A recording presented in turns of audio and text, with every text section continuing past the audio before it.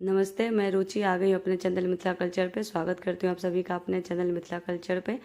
आज मैं कुछ मिथिला में खास तीर्थ स्थल की जानकारी देने के लिए आई हूँ।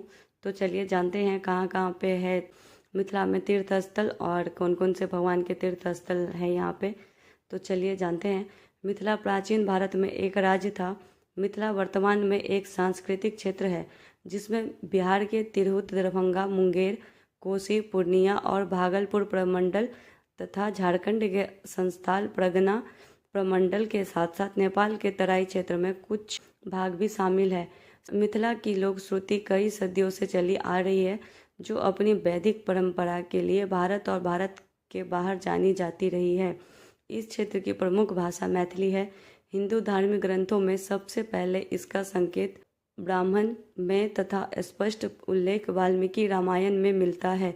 मिथिला का उल्लेख वेदों, महाभारत, रामायण, पुराण तथा जैन एवं बौद्ध ग्रंथों में हुआ है। प्रमुख तीर्थ एवं दर्शनीय स्थल जो है मिथिला में राम सीता से संबंधित विशेष स्थान होने के अतिरिक्त मिथिला देवाधिदेव महादेव के पूजन स्थल के रूप में विशेष प्रसिद्ध रही है। बृहद विष्णु पुराण के अनुसार यहाँ के अंतर्वर्ती प्रमुख शिवलिंगों के नाम इस प्रकार है। बसवा शिलानाथ, पूर्व में कपिलेश्वर, अग्नेय कुंड में कल्याणेश्वर, दक्षिण में जलेश्वर, पश्चिम में जलाधिनाथ, क्षीरेश्वर, त्रिगज महादेव, मिथिलेश्वर महादेव, ईशान कुंड में भैरव, त्रिनेत्र कुंड में उगना महादेव, भवानीपुर में।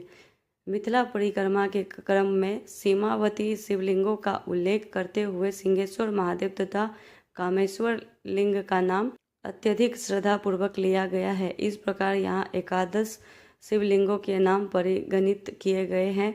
पूर्व में सिंहेश्वर महादेव को प्रणाम कर परिक्रमा आरंभ करने तथा पुनः घूमकर सिंहेश्वर महादेव के पास पहुंचकर नियम विधि पूर्ण करके ही घर जाने की बात कही गई है। यही जानकारी थी मेरे पास जो मैंने आप सभी को बताया है। चैनल के माध्यम से वीडियो पसंद आता है तो लाइक कीजिए, सब्सक्राइब कीजिए, शेयर कीजिए। जय मिथिला, जय मैथिली।